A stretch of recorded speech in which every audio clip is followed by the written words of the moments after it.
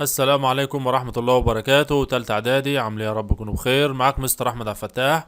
النهاردة ان شاء الله نحل مع بعض امتحان متوقع جميل جدا، جبر تالتة اعدادي الترم التاني. امتحان متوقع جبر تالتة اعدادي طبقا لمواصفات الورقة الامتحانية. تابع معايا للاخر، ما تسيبش ولا مسألة في الفيديو ده، ويا ريت تسجل كل مسألة بتسمعها وحاول تحلها بنفسك قبل ما بعد ما تخلص الفيديو، وتتأكد من فهمك للأمثلة دي قبل ما أخش الامتحان إن شاء الله. طلب صغير لكل أبطال تالتة إعدادي دايما بطلبه منك، اللي هو اللايك للفيديو. انزل اعمل لايك للفيديو، أنت مش هتخسر أي حاجة، بس اللايك ده هيخلي باقي فيديوهاتي واليوتيوب يقترح لك باقي الفيديوهات إن شاء الله. موجود على قناة مراجعات جميلة جدا سواء جبر أو هندسة، فتابع معايا ومعاك لحد يوم الامتحان الصبح هتلاقيني بنزل لك مسائل مهمة جدا جدا جدا. تعال نبدأ على بركة الله ونشوف الامتحان بتاع النهاردة. بيقول اختر الإجابة الصحيحة إذا كان ألف جزء من فاء اللي هي فضاء العينة لتجربة عشوائية ما، وكان لم ألف شرطة بيساوي 2 لم ألف. العلاقة دي هي بقى الفكرة اللي في السؤال. فإن لم ألف يساوي إيه؟ أنا واخد قاعدة قبل كده بتقول إن لم ألف زائد لم ألف شرطة بيبقى واحد، ولو حبيت أجيب لم ألف شرطة كان واحد صحيح ناقص لم ألف، والعكس لو انا عاوز لم الف واحد ناقص لم الف شرط. طب انا عندي في العلاقة ده اهي هشيل دي كده اللي هي لم الف شرطة واحط قيمتها اللي هي دي، يعني هقول واحد ناقص لام الف يساوي 2 لام الف. طيب تمام خالص. هنعدي دي بعكس الاشارة، عكس الاشارة هنا، يبقى عندك هيفضل الواحد هنا بيساوي 2 لام الف زائد لام الف. حلو خالص. يبقى عندك هنا الواحد زي ما هو هيساوي 2 لام ألف ولام ألف 3 لام ألف. هنقسم على التلاتة وهنقسم على التلاتة فهيروحوا مع بعض، يفضل لك ان لام ألف بتساوي 1/3. طبعا الفكرة دي فكرة ممتازة جدا جدا جدا، عشان كده جبتها لك في بداية الامتحان. السؤال التاني معانا بيقول مجال الدالة ن س بيساوي س على س ناقص 1. مجال الدالة بنجيبه من المقام اللي هو هنا، ح ما عدا أصفار المقام، يعني تقول س ناقص 1 بتساوي 0. نعدل بعكس الإشارة يبقى الس بتساوي 1. يبقى هنا المجال ح ما عدا الواحد، ح ما عدا الواحد اللي هي الإجابة التانية اللي هي دي كده. ده بالنسبة لمجال الدالة ن س. إذا كان تلاتة بقى، إذا كانت د س بيساوي 3 دي يا جماعة اسمها دالة ثابتة. وطالما دالة ثابتة، طالما دي دالة ثابتة يبقى إيه؟ يبقى قيمتها ثابتة 3 وما بتتغيرش. يعني لما يقول لي يا مستر فإن د سالب 1 أقول له 3. طب لو قال لك د 5 3 د 20 3 د 100 3 3 3 لأنها دالة ثابتة ما بتتغيرش. عدد حلول المعادلتين س زائد ص بيساوي 2 وص زائد س بيساوي 3 هو ايه؟ عدد الحلول يا جماعة ان احنا بنشوف الميل هنا والميل هنا. الميل هو عبارة عن سالب معامل س على معامل ص، فهنا هيبقى سالب 1 على الواحد يطلع سالب 1، والميل التاني برضو سالب 1 على الواحد يطلع سالب 1. يبقى اذا الميل هنا بيساوي الميل هنا. طب الميل متساوي، الميل متساوي ميم 1 بيساوي ميم 2، بما ان ميم 1 بيساوي ميم 2. يبقى اذا هنا، اذا كده انا محتاج اجيب نقطة احط مكان السين صفر هنا فتطلع الصاد بتساوي 2، يبقى النقطة صفر و2. احط مكان السين هنا صفر هتطلع الصاد ب3، يبقى النقطة صفر و3. يبقى اذا النقطتان مختلفتان، يبقى عدد الحلول صفر. عدد الحلول ايه؟ صفر. طب لو النقطتين زي بعض يبقى لهم عدد لا نهائي من الحلول، وهكذا. وصلنا رقم 5 بتقول إذا كان ألف وباء حدثين متنافيين من فضاعيهن. متنافيين دي كلمة مهمة خالص لتجربة عشوائية، فإن ألف تقاطع باء يساوي إيه؟ طالما أحداث متنافية يبقى تقاطع حدث مع حدث اديني فاي. طب لو في لام يا جماعة، لام ألف تقاطع باء كان هيديني كام؟ صفر، فعشان كده هنختار فاي. آخر سؤال معانا يا جماعة بيقول هنا أبسط صورة للكسر الجبري س على س ناقص 1 ناقص 1 على س ناقص 1 هو إيه؟ بص معايا، لو انت بصيت للمقام هنا هتلاقيه مقام موحد، هنا كده ده مقام موحد، فبناخد واحد بس منهم، س ناقص واحد اهو مقام واحد. خلاص. وبعد كده نبص للبسط، س ناقص واحد، س ناقص واحد، هنا س ناقص واحد وهنا س ناقص واحد، هما الاتنين يروحوا مع بعض، يبقى يطلع الناتج واحد صحيح، ودي أبسط صورة. يبقى أبسط صورة للمقدار اللي قدامك ده هيبقى واحد صحيح. والسبب مقام واحد، خدنا واحد وطرحنا البسط س ناقص واحد، دي شبه دي يروح مع بعض يفضل واحد صحيح. وصلنا للسؤال التاني رقم ألف فيه، بيقول أوجد مجموعة حل المعادلتين الآتيتين جبريا، س زائد ص بيساوي أربعة، واتنين س ناقص ص بيساوي اتنين. عايزين نحلهم مع بعض جبريا، فهنحلهم بطريقة الحذف، فهنقول ايه بقى؟ س زائد ص بيساوي أربعة، واتنين س ناقص ص بيساوي اتنين. ما تنساش تسمي دي رقم واحد وتسمي دي رقم اتنين. وبعد كده هنشد خط ونقول هنا بجمع واحد واتنين. طيب تعالى بقى هنا نحلهم مع بعض كده، هنشيل دول مع بعض كده، يفضل لي س واتنين س تلاتة س، وأربعة واتنين ست، نقسم على التلاتة ونقسم هنا على التلاتة هيروح مع بعض، يبقى انت عندك السين بيساوي السين بيساوي ستة على التلاتة فيها الاتنين. كده انا طلعت قيمة السين بس، هكتب بالتعويض في واحد، انا عاوز اطلع قيمة الصاد في واحد، حط مكان السين دي اتنين، يبقى اتنين زائد صاد بتساوي أربعة، عدي دي بعكس الإشارة، يبقى الصاد بتساوي أربعة ناقص اتنين، ومنها الصاد هتساوي اتنين. يبقى أنا كده وصلت لقيمة السين وقيمة الصاد، فنقول مجموعة الحل عبارة عن الآتي: س وصاد اتنين واتنين، يبقى مجموعة الحل هتبقى قوس مجموعة زوج مرتب اتنين واتنين. وصلنا بعد كده للرقم باء في السؤال ده، بتقول إذا كان نون واحد س تربيع زائد تلاتة س زائد اتنين على س تربيع ناقص أربعة، ونون اتنين س تربيع ناقص واحد على س تربيع ناقص تلاتة س زائد اتنين. بصوا يا جماعة، هنبدأ المسألة هنا نون واحد ونشتغل فيها كالآتي: المقدار ده هنحلله قوسين وحلل، يلا س تربيع س في س، الاتنين اتنين في واحد، وبعد كده هنشد خط وننزل تحت هنحلل قوسين ونقول س ناقص اتنين وس زائد اتنين. تمام لحد كده تمام. بعد كده هنطلع المجال، هنقول المجال هنا ح مع اتنين وسالب اتنين. وبعد كده تعالى بقى هنبسط بقى كده، هنشيل س زائد اتنين مع س زائد اتنين، فاضل ايه؟ ابسط صورة، فاضل س زائد واحد على س ناقص اتنين، دي ابسط صورة. خلاص كده. طيب تعالى نشوف بقى نون اتنين، نون اتنين س، فين نون اتنين اللي هي دي؟ المقدار اللي في البسط هنحلله فرق بمربعين، س وس سالب وموجب واحد في واحد. وهنا هنحلل قوسين برضه، يلا س وس دي موجب، يبقى الاتنين زي اللي في النص، والاتنين اتنين في واحد او واحد في اتنين. بعد كده هنشيل دي مع دي، يبقى لا بقى قبل ما نشيل يا جماعة نسينا حاجة، المجال قبل ما تختصر ح ما عدا، هيبقى هنا واحد واتنين، واحد واتنين، يبقى احنا هنشيل دول مع بعض عادي، هيفضل السين زائد واحد على س ناقص اتنين، دي اسمها أبسط صورة. طيب احنا كده بقول اثبت أن نون واحد بيساوي اتنين لجميع قيم س التي تنتمي للمجال المشترك. هو ايه المجال المشترك؟ المجال المشترك هنا بقى هيبقى ايه؟ واحد واتنين وسالب اتنين، واحد واتنين وسالب اتنين، المجال المشترك ح ما عدا هيبقى كالآتي: واحد اتنين سالب اتنين، هو ده المجال المشترك لهم هما الاتنين. وصلنا للسؤال التالت هنا اللي بيقول اختصر لأبسط صورة مبينا المجال. نون س بيساوي س تكعيب ناقص تمانية على س تربيع ناقص تلاتة س زائد اتنين في س زائد واحد على س تربيع زائد اتنين س زائد أربعة.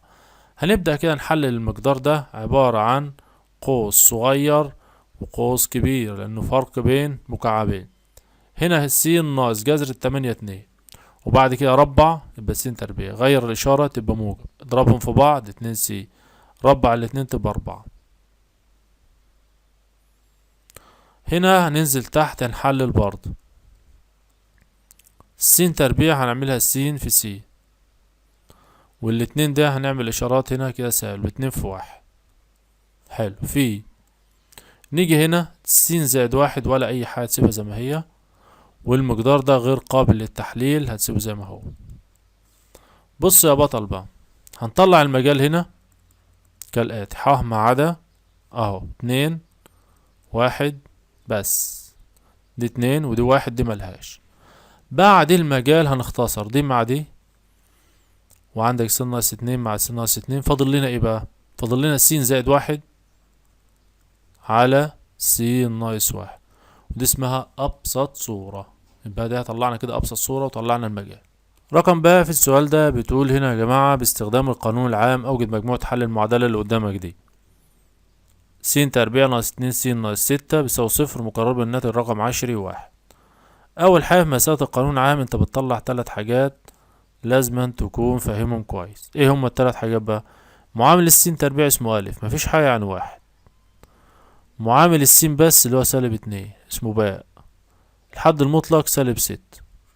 ده أول خطوة. الخطوة التانية تكون حافظ نص القانون العام، هيبقى باء موجب أو سالب جذر باء تربيع ناقص 4 ألف ج على 2 ألف.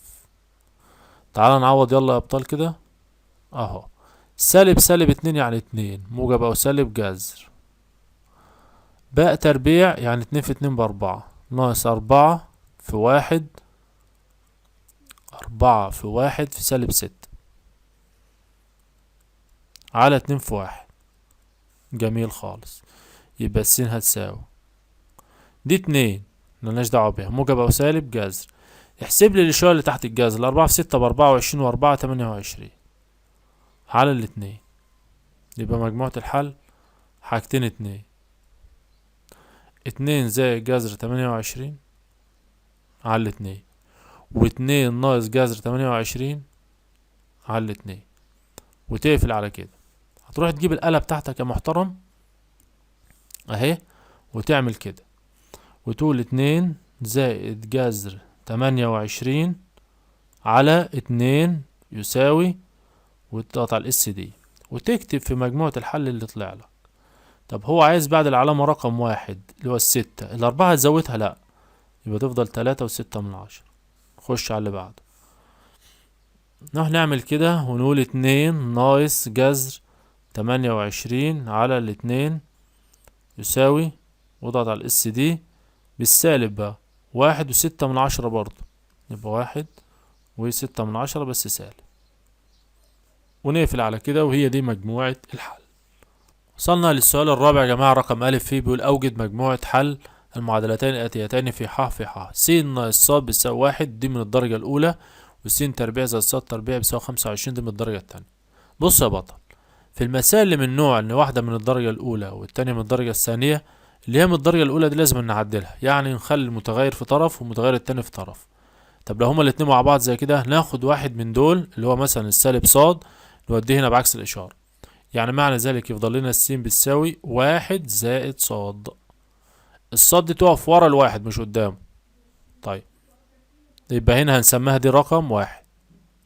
طب المعادلة اللي هي من الدرجة التانية بنكتبها زي ما هي، س تربيع زائد ص تربيع بيساوي 25، دي ما فيهاش أدنى مشكلة، بتكتبها زي ما هي. طيب وبعد كده بنكتب العبارة دي بالتعويض من 1 في 2. طيب انت دلوقتي يا بطل هتعوض بايه؟ شايف السين ديت؟ ايوه اللي هي هنا ديت، هعوض بقيمتها اللي هي 1 زائد ص. يعني انت هتقول 1 زائد ص الكل تربيع زائد في بره ص تربيع، كل ده بيساوي كام؟ 25. طب انا دلوقتي يا بطل عايز افك القوس ده، ربع الاول 1، ربع الثاني ص تربيع، 2 في الاول في التاني 2 ص، مع 2 في 1 ب2 في ص 2 ص زائد ص تربيع، كل ده هيساوي 25. يبقى شوية دول كده ربع أول ربع تاني، اتنين في الأول في التاني، زائد صاد تربيع بيساوي 25. طيب تعالوا بقى نجمع صاد تربيع وصاد تربيع. اتنين صاد تربيع، سامع الناس ماشية معايا زي الفل اهي. وهنا اتنين صاد تنزل زي ما هي، وهنا واحد. شايف ال25 ده ندخلها معاهم في الموضوع هنا. يبقى عندنا اتنين صاد تربيع زائد اتنين صاد، واحد ناقص 25 يدينا 24. طيب هنقسم بعد كده على الاتنين، يفضل لي هنا صاد تربيع زائد صاد ناقص 12 بيساوي صفر. طيب يبقى صاد تربيع زائد صاد ناقص 12 بيساوي صفر. هنحلل بقى يا بطل، نحلل مفيش أي مشكلة. المقدار ده هيتحلل كده قوسين اهو، صاد تربيع صاد في صاد، ال12 واحدة سالب واحدة موجب. ال12 كام في كام بقى؟ ال12 عبارة عن 3 في 4. مين الكبير؟ الأربعة، ياخد الشرط اللي في النص، الصغير 3. بعد كده بنطلع قيمة الصاد بعكس الإشارة، يبقى هنا الصاد ب3، وهنا الصاد بعكس الإشارة، يبقى الصاد بسالب 4. يا ريت تحوط عليها زي ما أنا عامل كده عشان الموضوع يوضح شوية للمصحح. وبعد كده عشان نطلع قيمة السين نقول بالتعويض في واحد، واحد اللي هي دي. يعني أنا يا بطل هنا هقول السين بتساوي 1 زائد 3، ومنها السين بتساوي 4. طيب وهنا نفس الموضوع، هقول له هنا السين تساوي 1 ناقص 4، يبقى السين هتساوي سالب 3. مجموعة الحل يا جماعة بتنكتب كالآتي: ناخد س وصاد مع بعض يعني 4 و3، وهنا السين وصاد مع بعض يعني سالب 3 وسالب 4، ونقفل على كده. يبقى أنا هنا طلعت مجموعة الحل عبارة عن س وصاد، خد بالك س الأول بعدين صاد، س وبعدين الصاد. هي دي مجموعة الحل بالطريقة الصحيحة. المثال ده يعتبر أطول مثال في المنهج كله عندك. فكرة حل معادلة من الدرجة الأولى واحدة من الدرجة الثانية، فكرة مهمة مهمة مهمة، مينفعش تخش الامتحان إلا لما تكون عارف. طيب بعد كده وصلنا لرقم باء في نفس السؤال اللي هو السؤال الرابع. بيقول لي اختصر لأبسط صورة مبين المجال: ن س بيساوي س تربيع زائد س على س تربيع ناقص 1 ناقص س زائد 5 على س تربيع زائد 4 س ناقص 1. هناخد الموضوع واحدة واحدة. أول حاجة هناخد الس هنا عامل مشترك، هيفضل لي س زائد 1. شد خط، ننزل تحت نحل الفرق بين مربعين. يعني ايه فرق مربعين؟ يعني س ناقص 1 وس زائد 1 ناقص س زائد 5 مش هعمل فيها أي حاجة، تفضل زي ما هي كده. وهنا هنحلل قوسين اهوت، الس تربيع س في س، س في س، والخمسة دي سالب يعني في سالب وفي موجب. الخمسة كام في كام؟ 5 في 1. مين الكبير؟ الخمسة، وهنا الواحد، والفرق بينهم 4. طيب سامع الناس بتقول تمام يا مستر؟ تمام. مجال ح ما عدا 1 سالب 1، هنا 1 وهنا سالب 1 وهنا 1 وهنا سالب 5. طيب بعد المجال تبسط بقى براحتك. س زائد 1 روح مع س زائد 1، س زائد 5 روح مع س زائد 5. فضل لنا ايه؟ فضل لنا هنا س على س ناقص 1 ناقص، خد بالك، 1 على س ناقص 1. طيب ناخد واحدة بس منهم اللي هي دي س ناقص 1. خدنا واحدة من الاتنين دول اهيت، ونطرح س ناقص 1. س ناقص 1 مع س ناقص 1 يديني ايه؟ 1 صحيح. س ناقص 1 مع س ناقص 1 يديني 1 صحيح. وصلنا للسؤال الخامس رقم أ، بيقول إذا كان ن 1 س بيساوي 2 س ناقص 4 على س تربيع ناقص 4، أوجد ن أس سالب 1 س في أبسط صورة بين المجال. بص يا بطل، هنقول هنا ن س بيساوي، هناخد الاتنين عامل مشترك، هيفضل س ناقص 2. الاتنين خدنا عامل مشترك، يفضل س ناقص 2. وهنا هنحلل دي كده ونقول هنا س ناقص 2، وهنا س زائد 2، س ناقص 2 وس زائد 2. جميل خالص. انا دلوقتي ببسط ن س، ما يجيبش لسه ن س اس سالب 1، ن اس سالب 1 س قصدي. ن اس سالب 1 س يعني هتقلب الموضوع ده، هتخلي دول فوق كده اهوت، وتنزل دول تحت، وبعد كده تطلع المجال كمان. يعني طول المجال هيساوي ح ما عدا، بناخد ح ما عدا اصفار البسط والمقام. يعني دي تبقى 2، دي تبقى -2، وديت تبقى 2، يبقى ح ما عدا 2 وسالب 2، والاتنين دي ملهاش لازمة. بعد كده بقى هبسط ازاي؟ هنشيل ديت مع دي، هيفضل لك ايه في ابسط صورة؟ يفضل لنا س+2 على 2. دي ابسط صورة للمقدار اللي قدامك ده. وصلنا لاخر سؤال مع بعض هنا، اللي بيقول اذا كان الف وباء حدثان من فضاء عينة لتجربة عشوائية، ولام الف 6/10، ولام باء 5/10، ولام الف تقاطع باء 3/10، اوجد الثلاث حاجات دول. رقم 1 هنقول لام الف اتحاد باء، ده عبارة عن لام الف زائد لام باء ناقص التقاطع. حافظ القانون يا بطل، هتحل. مش حافظ مش هتحل. عندك لام الف 3/10 زائد لام باء لا اسف، لام الف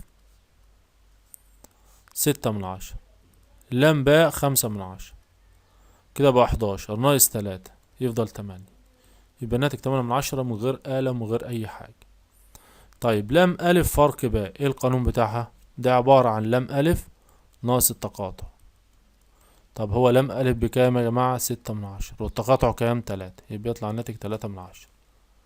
طيب هو عايز ايه تاني؟ عايز لام ألف شرطة، بيساوي ايه؟ بيساوي 1 ناقص لام ألف، يعني 1 ناقص لام ألف بكام؟ 6/10. يا مستر انا مبعرفش اعمل دي كده زي حضرتك. هقولك هنا الآلة اهي، هتقول 1 صحيح ناقص علامة 6. شوف انا بكتبها ازاي؟ 1 صحيح ناقص علامة 6، دي 6/10، دي يساوي 2/5. اضغط على الاس دي هيطلع لك 4/10. هي يعني، يبقى ده 4/10. كده يا جماعة يبقى وصلنا لنهاية حل الامتحان بتاعنا المتوقع، موجود على القناة. امتحانات تانية، مراجعات جميلة جدا على القناة. اكتب في بحث بس يوتيوب مراجعة ليلة الامتحان جبر تالتة اعدادي الترم التاني مع مستر احمد عبد الفتاح، وكذلك مراجعة ليلة الامتحان هندسة صف سادس الاعدادي مع مستر احمد عبد الفتاح. هتلاقي حاجات جميلة جدا هتفيدك ان شاء الله. اشوفكم على خير، فيديو جديد. الف سلامة.